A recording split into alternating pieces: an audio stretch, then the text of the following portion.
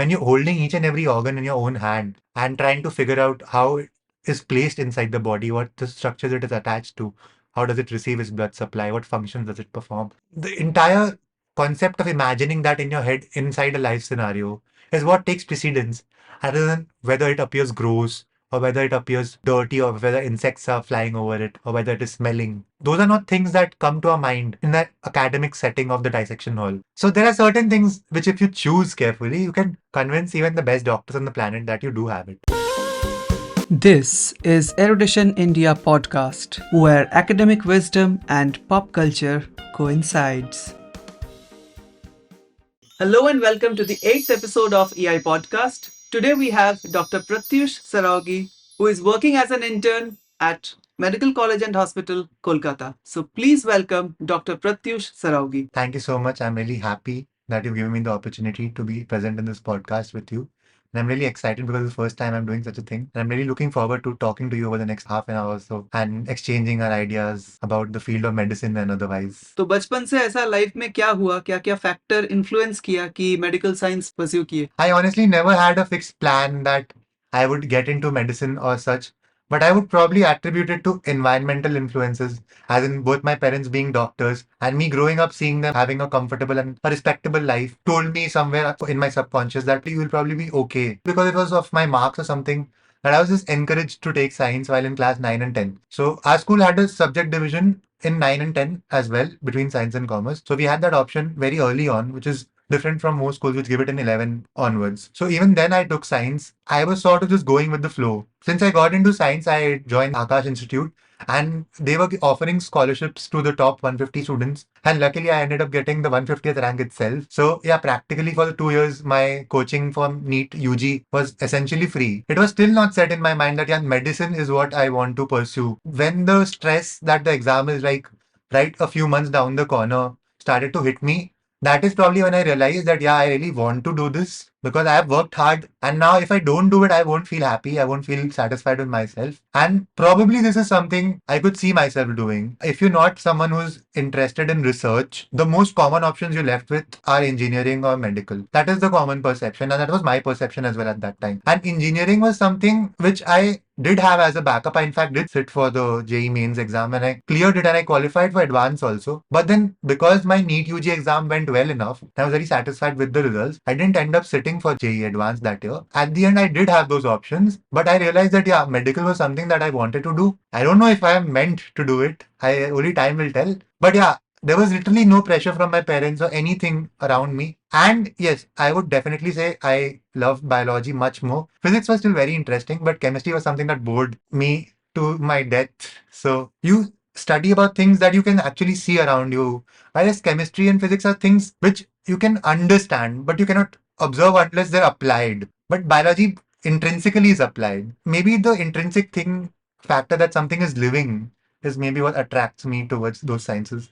Having studied in DPS Megacity, what is your opinion about an all-boys school or a co-ed school? How are these two different from one another? People studying in co-educational schools grow up the same as people studying in an all-boys school, just that their social maturity, especially in their interactions with the other sex, is probably accelerated by a few years as compared to someone studying in an all-boys school. Because unless you get the opportunity to interact, you will not be comfortable, which is true in every aspect of life. Because you are exposed to the other sex at a younger age, you get to understand that, yeah, there are certain things that you're supposed to do.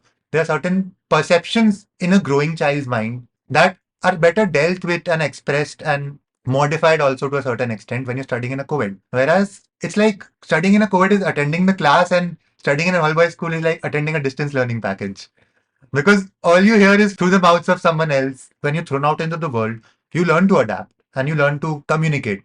But I feel that maybe what someone in a co-ed school is doing in class 9 in terms of making friends with people from the opposite sex, maybe a person in all-boys school might do at 11, 12, or maybe just beyond school also. Other than that, I don't feel there's much of a difference. Then obviously there are a few disciplinary issues which do come into you when you deal with studying in a co-ed school. Even if you probably are not someone who's involved in anything such as a disciplinary issue relating to a co-ed school, you see it happening all around you, which is but natural. And the thing is, when things happen, schools also respond to them in certain ways. So that also puts a lot of ideas in your head about what is right and what is wrong. I feel that at least at that young age, the notion of what is right and what is wrong with respect to matters relating to the other gender is to some extent warped or different rather in the minds of a guy studying in a co-ed school as compared to that studying in an all-boys school. But if I were ever given a choice, I would definitely want to study in a co-ed school. Please tell us about your experience with NEET in 2019. I was lucky enough, I would say, to crack it in the first attempt. While you're preparing for such an exam,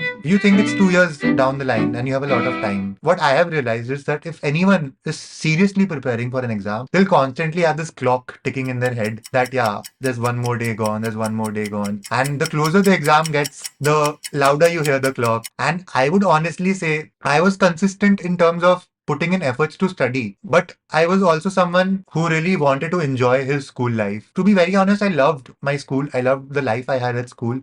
I loved the opportunities for co-curriculars that we got.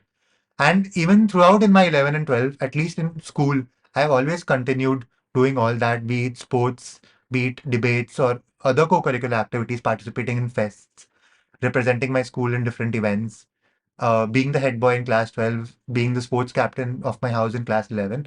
All these are responsibilities that took up a lot of my time. And I was not able to attend a lot of my classes while in school also. And that was really difficult, especially with certain subjects, because in addition to physics, chemistry, bio, I also had maths, which was not something I was studying at a level to prepare for NEET. But I still needed to be thorough with it because it would definitely affect my board's marks. So it was a difficult task. And if now when I recollect those moments, it all passes by in a blur. But in that moment, I was actually living it and I was constantly active, going to coaching 4 or 5 days a week and spending the rest of the time on self study while doing all these extra co-curricular pursuits that I was deeply interested in. So I would probably say that in the last 6 months before the exam, I really took my preparation up a notch, and I think everyone does that. And the last 2 to 3 months, it was constantly jotting down the stuff I needed to do for the day, and then doing it day after day. And then coming to the exam itself, that was some story because my exam center was like 1.5 hours away from the place where I live. For some reason, my parents all decided to go with me, which is something I was not in favor of. So my dad, me, my brother, and my mom, we're all in the same cab. Now, as supportive as parents are, I don't think it is the ideal scenario to be around parents. And the road was jammed because everyone's thronging to that center. It's a narrow village road. Everyone in the car is panicking. My dad is shouting at the driver. I am shouting at I don't know who. And it's all a situation of panic. And then I reach. I am in such a hurry. I drop my Aadhaar card on the floor, which I need for the center. Someone thankfully points it out to me. I pick it up. As I get into the center, I am so flustered by the experience of this cab ride and the realization that it is hitting me, seeing all the students around me. That yes, I have entered the center now. There's no turning back. And by the time I entered the classroom where I was supposed to sit for the exam, I was positively in tears. Internally, I don't think I am going to make it this year. My mind is already in a state where it'll definitely affect my exam negatively. And then we filled up the OMR sheet, and I realized that doing these mechanical things now, where you don't have to think about anything, like simply writing your details down on a sheet of paper, that itself is so calming because that is something you're familiar with. NEET as an exam was something I was not familiar with, but I know my name, I know my hall ticket number, I know my age. So I can see those things and write it down. And familiarity is very calming. When I speak of familiarity, the best part is the questions seemed familiar. When I started with the paper and I started solving those questions, keeping my time in mind and all, and I realized that I actually knew the answers. So in 15 to 20 minutes, my heart and my mind calmed down to a considerable extent, and then going through the exam felt like a breeze. Honestly, in my opinion, if you studied well, if you worked hard enough, and with a little bit of luck on your side, you will not find the exam as tough as you would assume it would be. Tell us about your first day at medical college. My first day at Medical College, Kolkata, was quite different from what people in the years before me might have experienced, because from our year onwards, what the National Medical Council that was newly formed introduced was a new medical curriculum. So they called it the competency-based medical curriculum for Indian medical graduates. And in that, they had introduced this thing called a foundation course because they realized that there's an importance of communication skills, self-defense skills, building not just sympathy but empathy among medical graduates. So they had this 1 month program before our actual study started, and that is what we started our college life with, and not proper academics. So the first day that I spent at medical college, so it's a huge campus property because it's not just a college, right?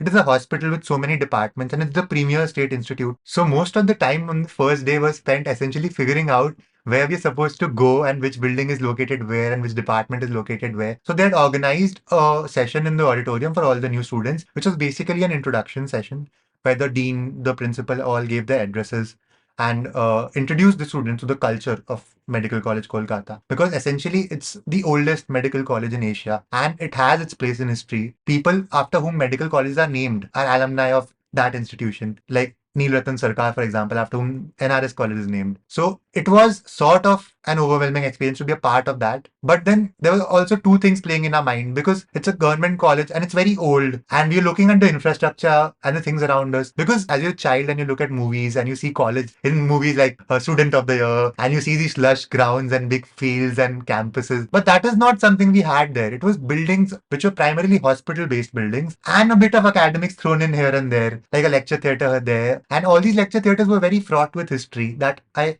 definitely admit. But I was in two minds about whether I'm amazed by this place or am I surprised by how lacking in terms of college infrastructure this place is. So it was a bit of duality playing in the mind. And then there were 250 students in our batch and one by one everyone was introducing themselves. And most of our time is figuring out, is this a person I can make friends with? Is that a person I can make friends with? Because the thing is, in a government college, you get people from all backgrounds, all places, and to be able to gel with everyone is a big task. But you do realize that eventually down the years, these are the people you'll be working with. So you must have an open mind and you must be able to make friends. Because essentially, what is college life without friends, right? So the first day was essentially spent finding out who you could be friends with, who you wanted to be friends with, getting to know the people around you, getting to know the place around you, getting to know about the history of the building. Another very beautiful experience I had was with my seniors. So when you think about engineering or medical college, especially in the government sector, you would assume that there would be a lot of ragging, a lot of discomfort which a fresher might have to face. But as is the history of Medical College Kolkata, essentially for many years, I don't think they have had a culture of ragging and our seniors were like the sweetest people. In fact, they were so sweet that made us worry that is this a prelude to something else? Maybe they'll being sweet to you now and maybe they'll ask you for favors or they'll make you join parties and all that later on. But that was absolutely not the case and all those misconceptions were washed away soon. And that was one of the best experiences I've had and that has still stayed with me till this day, that the seniors at Medical College Kolkata are very nice. And time for Curious Queries, where our listeners and viewers send in their questions for our guest. Hi Pratyush, I'm Shalmali Chatterjee, consultant psychologist and special educator. There are real difficult times or difficult cases. There are times when you see patients dying in front of you. How do you keep your mental health good or healthy or have a stress-free times? Let me know.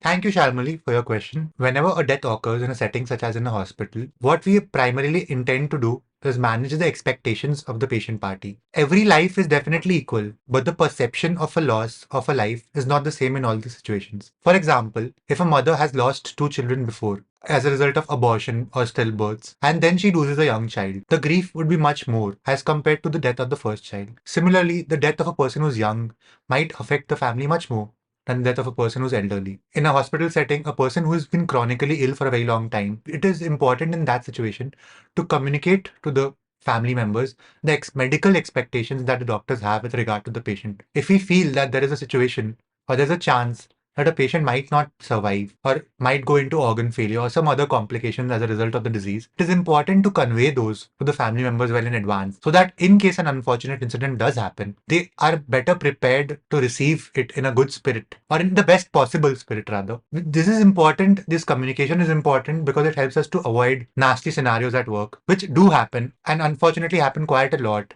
especially in the government sector, because you cannot always control the kind of patients that come to you in such a scenario. And a lot of incidents have happened where doctors have got beaten up, probably due to no fault of their own. So managing the expectations of a family is extremely important in order to ensure that such a sad moment is also not marred by violence or bitterness and they can process their grief properly. Communication is key. And when it comes to us personally, there is a certain level of attachment that even we as junior doctors or young interns develop towards patients which we see on a daily basis in the wards or patients who come to us on follow-up basis. And it's obviously different for different patients, the kind of connections that you have. It can be formed from a simple conversation that you have with them while trying to send their samples or draw their blood, or any conversation with their family members. So each loss that you might encounter does affect you at a personal level, to varying levels, definitely. Because as I explained, that you manage expectations for families.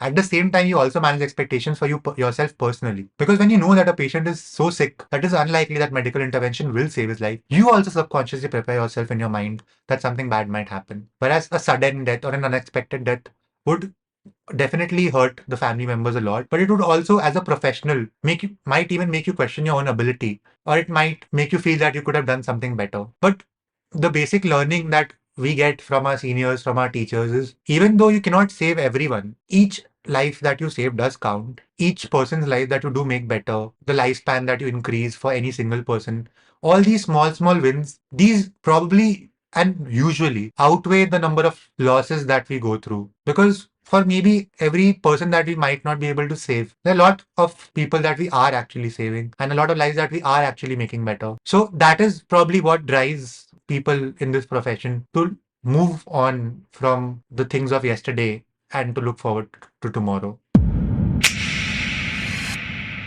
Abhishek Mitra from Gariahat, Kolkata is asking, in Munna Bhai MBBS, Dr. Asthana had a line, patient doctor के लिए सिर्फ एक बीमार शरीर है और कुछ नहीं. Do you believe this ideology?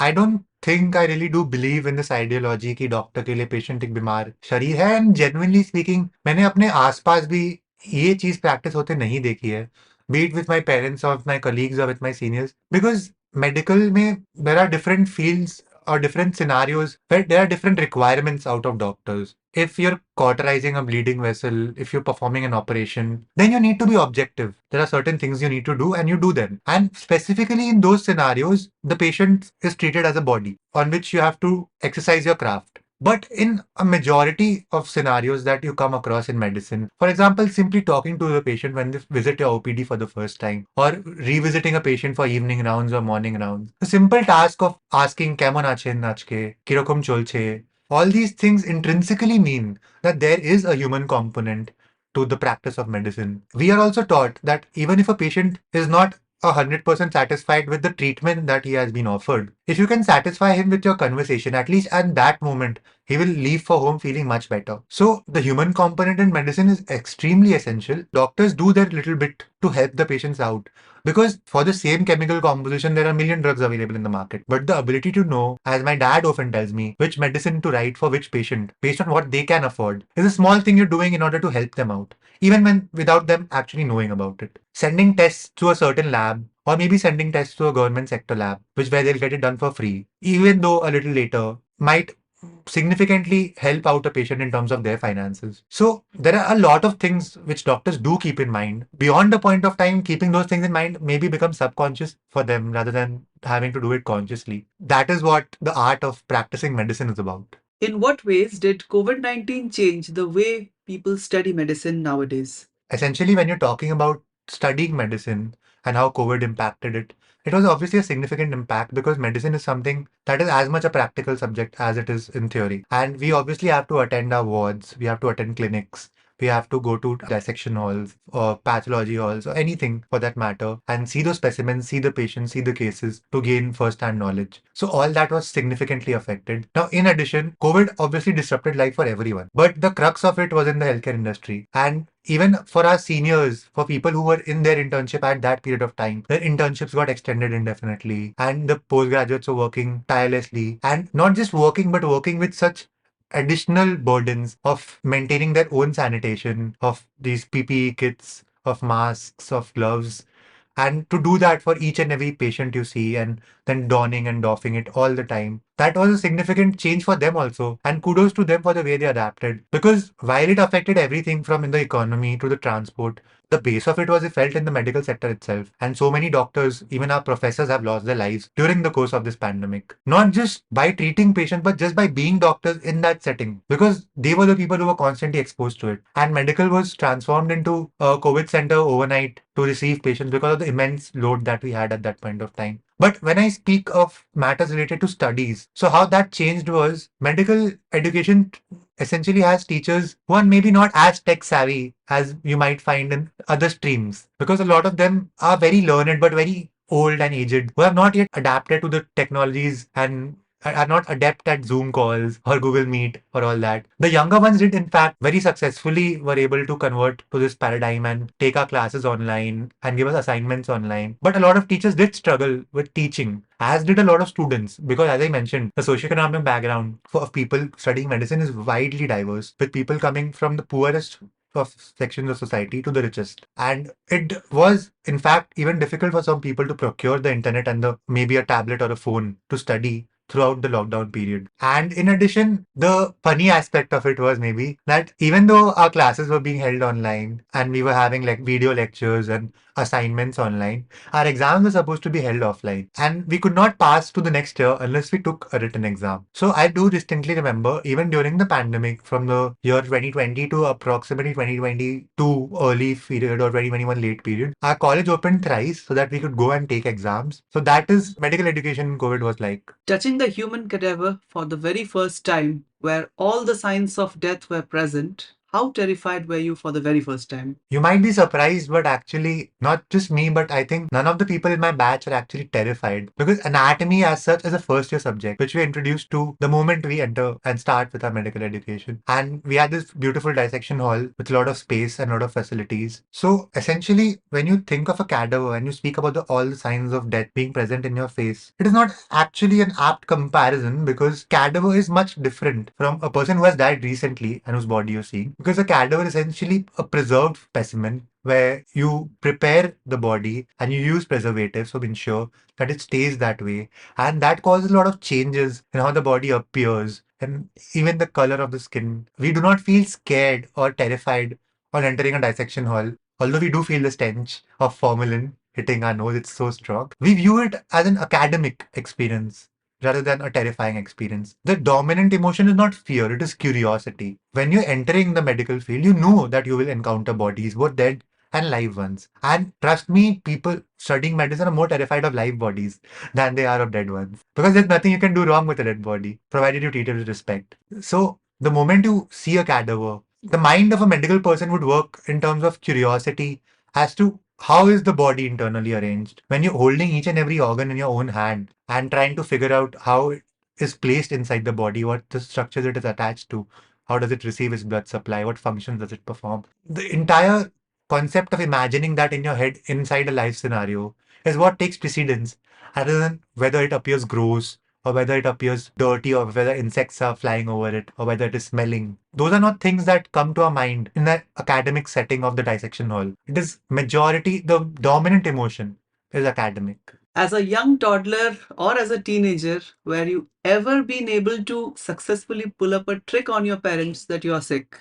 So as I keep saying, medicine is not an exact science and you cannot test for everything. So for example, if you're pretending to have a fever, it is very easy for a doctor to come and check if you have fever or not. But how will a doctor check for a stomach ache? If you cry convincingly enough and you make faces that are terrified enough, and if you are adept at making tears roll down your cheek, anyone will be convinced of a stomach ache. So there are certain things which if you choose carefully, you can convince even the best doctors on the planet that you do have it. On the other hand, this practice of faking symptoms, we have a technical term for it. It's called malingering. So that is a very serious aspect of when patients come to the OPD. But in terms of faking an illness to manage, Faking an illness as a kid, only as a kid, just to skip Yeah. school or skip the homework or something like that. yeah, so that was pretty easy because my common go-to was a stomach ache. But I used to do it only as a small child, because once I reached teenage, I never felt the need to skip school, because as I said, I was very attached to my school and I would rather be at school than sit at home. What is your advice to a school student who wants to pursue medicine? My advice to a school student who wants to pursue medicine would depend on what stage of his life that school student in. For example, if the child is early on in his development, say maybe in class 6 or 7 or 8, and maybe has aspirations of becoming a doctor, to him practically I would not offer any advice, because a child who is of class 6 or class 7 and is interested in medicine will naturally read up about things related to the human body, because that intrinsically maybe excites him. And even more importantly, what I feel is that what a person wants to do while he's in class 6 might not be what he wants to do while he's in class 11 or class 12, which in fact was the case with me. I was completely clueless during my formative years as to what I wanted to do. So I think giving advice to someone who does not need it is probably a waste of their time and my time. But if, for example, a child is in class 11 and 12 and he's genuinely considering, or maybe even just passing out of class 10 and is considering or is aspiring to be a doctor, then my advice would be that consistency is one virtue that he or she needs to develop for the next 2 or 3 years till he clears medicine. Because consistency over that period of 2 years of class 11 and 12, are you preparing for your medical entrance, is perhaps the most important thing. How many hours you study in a day is probably not as important as the fact that you're studying every day. Because a lot of people struggle with that aspect of working hard for something that is so distant into the future. Because when you imagine an exam that's 2 years later down the line, you might not feel tempted to work for it every day. But that consistency and motivation to do that is perhaps the most important thing, to go through your lectures or coaching, or even if you're studying on your own, to put in that effort every day to make sure that even while you want to enjoy life, you do not compromise your studies for it. Depending upon your abilities, it is also very important to know where you stand as a student, because I definitely agree that the amount of hard work required will be different for different people, but depending not just on their academic abilities, but also depending upon the environment that they're present in. For a genuinely industrious student who has cleared class 12 with a very good marks and having all the talents necessary to become a doctor, if this particular student fails to crack the NEET exam, what should be their immediate course of action be? So, in my opinion, if the student that you're mentioning is industrious and hardworking and is genuinely interested in cracking NEET, then my opinion would be to simply take a short period of time, say for a few weeks, to mentally get over the stress that you have experienced, not just by preparing for the exam for the extended period of time, but also the experience of the exam itself, to get over maybe the disappointment of not being able to secure the seat you wanted, or maybe not being able to get the rank you wanted in the exam. And after that period, the person should devote himself again to the same practice. Because, in my opinion, if you work hard enough and if you devote enough time and attention and energy, then with a little bit of luck, NEET is an exam that is not immensely difficult to crack, provided that you're consistent. So, my general advice, if you have not been successful in cracking NEET, be first to introspect and examine yourself and decide as to whether you really want to do it or not. But for someone who is determined to be a doctor, for whom it is a dream, a lifelong aspiration, or a target which they definitely want to achieve, for them, I would recommend nothing else besides trying again. If it is your dream, you owe yourself at least a year more to try for it. Did pursuing a career in medical science take away the time that you wanted to explore other fields of interest? I'd always been deeply interested in a lot of other pursuits, such as drawing or sports, and I even pursue music now. But medical definitely is a field that demands sacrifice, not just physically and mentally, but of your time as well. Be it studying for your exams or as an intern working long hours on duty. There is definitely a component of your life that will go away in that. As an intern, my hours vary widely depending upon the department in which I am posted at that point of time. So for medicine, for example, we might have to do 2 shifts in a single day and then a 24-hour shift when we're taking in new patients on admissions. But for example, in some fields where our workload is a little less, we might get by doing just one morning shift a day. The extent to which medicine will take up your time depends upon how efficient you are, which I definitely was not during my undergraduate years. The syllabus is so huge when you're studying, and that task requires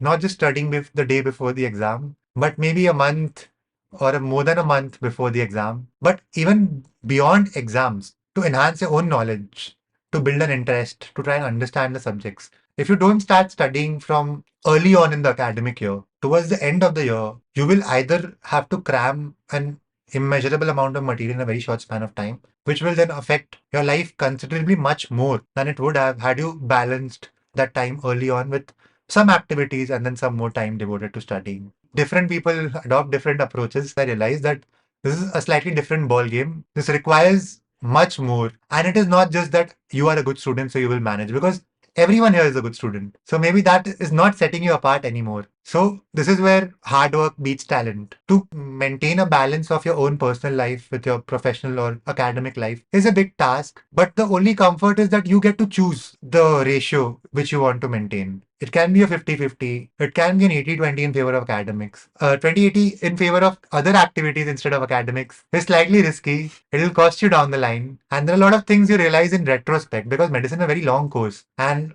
it's very scientifically divided where you study the preclinical subjects first, then you study your paraclinical subjects in second year. And from third year onwards, you move to clinical subjects. So if you haven't devoted that amount of time, at least a basic amount of time to studying in first and second year, then third and fourth year, you feel that your base is lacking. And then you have to revisit those things again and again. And that creates a problem, especially when you're preparing for competitive exams like your postgraduate exams. It is ideally supposed to take up a significant amount of your time. And if it is not, then I think you probably are going about it the wrong way. In the distant future, if you decide not to practice medicine any further, then what other plans do you have? A lot of my personality has still not changed from my pre-medical years where I used to go with the flow. But I think that is exactly what I am still doing right now.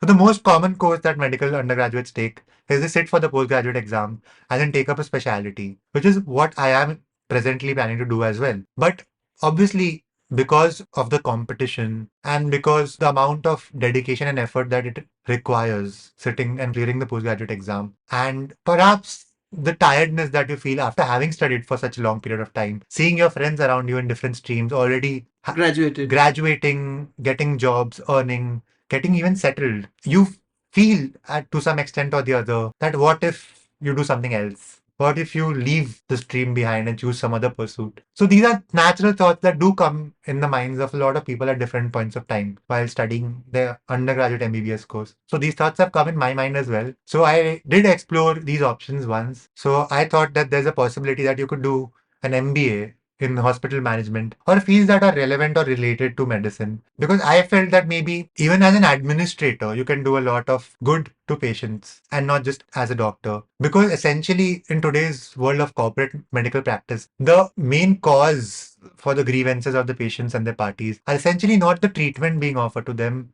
in terms of medicine, but the treatment being offered to them in terms of interpersonal relations, as in how they are being treated and not just treated. So hospital administration is a key component of healthcare, and that is something I have felt interested in. But whether I pursue it or not is remains to be seen. Then again, getting into a business or starting a business that is relevant or related to the medical field remains an option. But that is also something that I could pursue simultaneously, or maybe even after I do a post graduation. So these are certain options that are available if you do not want to take the traditional path of practicing medicine. And I know a lot of relatives who really want me to still sit for the UPSC exams and crack an IAS.